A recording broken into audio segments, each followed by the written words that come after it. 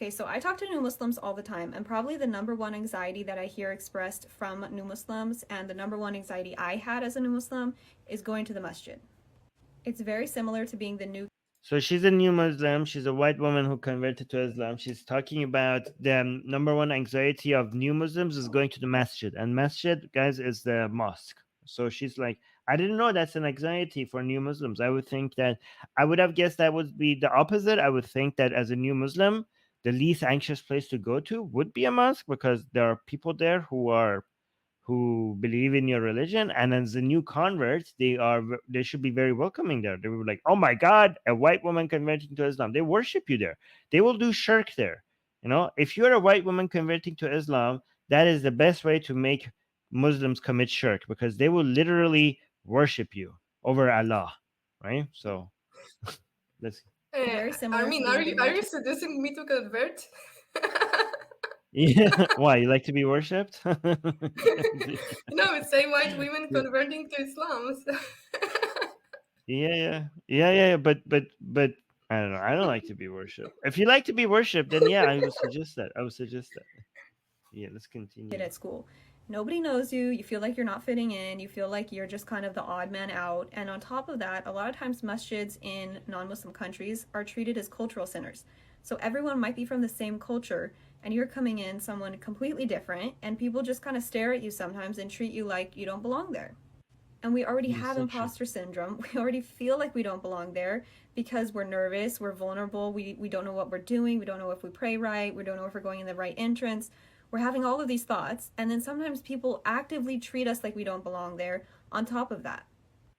And when that happens, that person who feels rejected by the community doesn't come back to the masjid. And one day they might leave Islam because they don't have anyone holding them accountable or supporting them, and they don't feel like they belong anyways. I know you might say, well, why don't they just talk? that is not true. That I have talked to a lot of white women who converted to Islam, and the main thing that happens when they go to these, masjids or whatever else Muslims are gathering, is they get bombarded with marriage proposals. So it's not the case. She's like, this is not at all a reflection of what I think, what I've seen the experiences of newcomers when they go to Islam. To someone. From my experience, Yeah. from my experience, of course, I didn't convert to Islam, but whenever an Arab learns that I can say something in Arabic or read even the smallest verse from the Quran, he's like, "Wow, you can read the Quran! Oh my god!" they get really excited. Yes, yeah. Here's another example. Anna that hasn't even converted to Islam, but just speaking, she speaks Arabic a little bit. She five surahs in the Quran by memory, right, Anna? And a lot of people get really excited about that, and they welcome that. So imagine if she fully converted to Islam, there would be a lot of appreciation and a lot of people like celebrating that. So I don't know why I think this is a victimhood complex that she's having. She's like, even when she converts to Islam, she was like, "Oh, we're like not being treated like well." This is not at all a reflection of reality. But Vikram, I saw you open your mic. You want to say something? Yeah, we're saying like if there's any woman watching who's interested in having Muslim men like simp for them, you don't even need to convert to Islam. Just learn a few Arabic words, and Anna is the proof. Yeah. So Anna, actually, Anna, let's see if that works. 5 surahs in the Quran by memory, right? Is that correct? Mm-hmm. Yeah. Okay. Do you want to say one of them if you're comfortable right now? Yeah, why no not? Pressure. Okay, say one of them. Okay, I will try not to laugh. Okay. wait a sec. I'm sorry. You're failing already at not laughing. Yeah. All right. أعوذ بالله من الشيطان الرجيم بسم الله الرحمن الرحيم الحمد لله رب العالمين الرحمن الرحيم مالك يوم الدين إياك نعبد وإياك نستعين اهدنا الصراط المستقيم صراط الذين أنعمت عليهم غير المغضوب عليهم ولا الضالين. Okay, good. That's the most famous one. That's Fataha or Hamd. Do you? I remember only that one. Else? Yeah. Do you know the Qul huwallahu ahad, Allahu samad? Do you know that one? Qul huwallahu ahad, Allahu samad. Okay, do that one. لم يلد ولم يولد ولم يكن له كفوا أحد.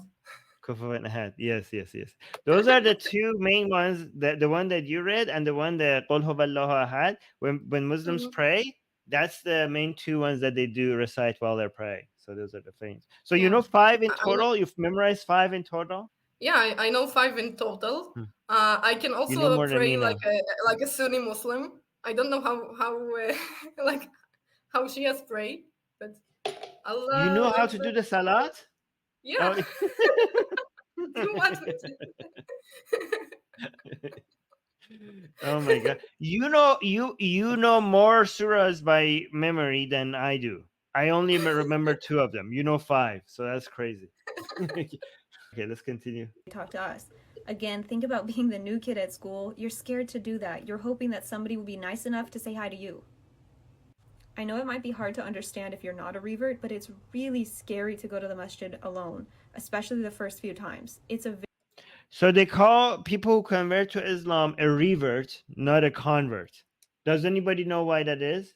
Here's the I think quick that I question. heard something about it, that everyone is born Muslim, but then he forgets that he's a Muslim, and then he has to like convert back, something like this. Yes, exactly. So basically, the reason why people who convert to Islam are called reverts is because they're not converting to Islam, they're coming back to Islam. Because all of us, every single human being, when they are born a Muslim.